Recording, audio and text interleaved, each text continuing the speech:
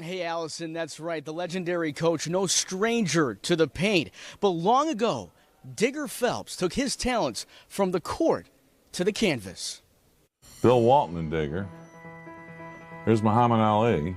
The people, the places, the achievements. If life were a blank canvas, then legendary Notre Dame basketball coach Richard Digger Phelps is a master of paint by numbers. There's a UCLA game ball. During his 20 seasons under the dome, as head coach, Digger won 393 games and led Notre Dame to their only Final Four appearance in 1978. Bill Walton actually does this to Wooden on the bench. Signals for timeout. He didn't do it. Digger stepped away from the game in 1991 and stepped into the broadcasting booth, where the New York native thrived and was best known for his matching tie highlighter combinations. But after retiring from hoops, 15 paintings for this year. This is a brand new one. It was coincidence that led this colorful coach from the court.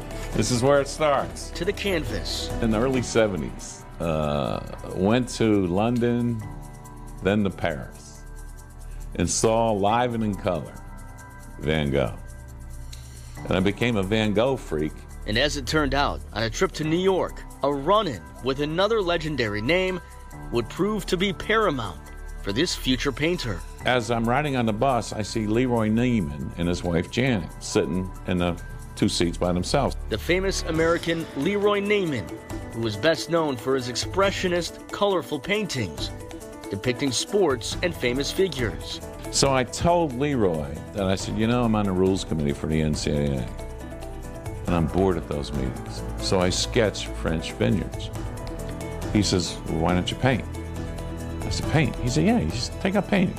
Digger came back to South Bend and with the help of a local artist, painted his first masterpiece. And then I did 5 or 6 more. I shipped them to New York for Leroy to see.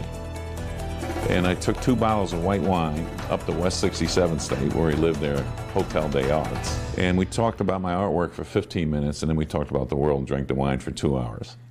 But I never stopped from that moment on. For a quarter century now, the former coach paints 2 pieces a month, from April to November, in this makeshift studio, built above his garage. Mountains, sunsets, The Van Gogh influence. and skies, drawing that influence from a different part of the world. Maybe about 15 years ago, I said, I gotta paint in France.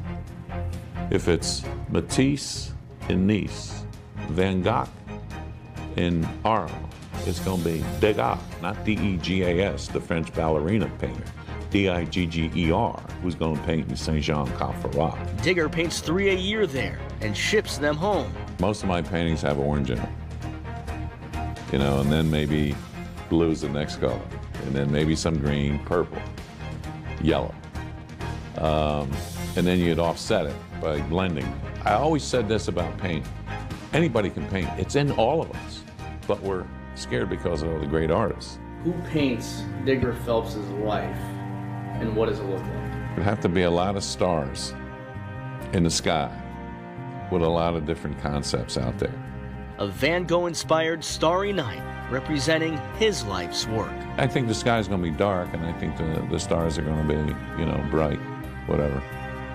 But that's the only way to define my life, is how there isn't any rock unturned.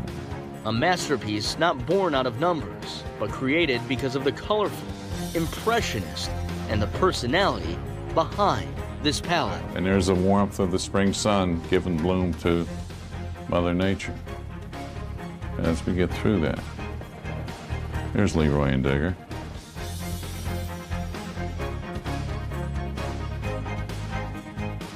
Some really good stuff from the legendary coach. Of course, 20 years here as the head coach of the Notre Dame men's basketball team. And if you can remember, back in 1977, before the Green Game, before Notre Dame and USC, the legendary coach gave the famous speech during the pep rally back 40 years ago today. And the coach, over 90 paintings and counting.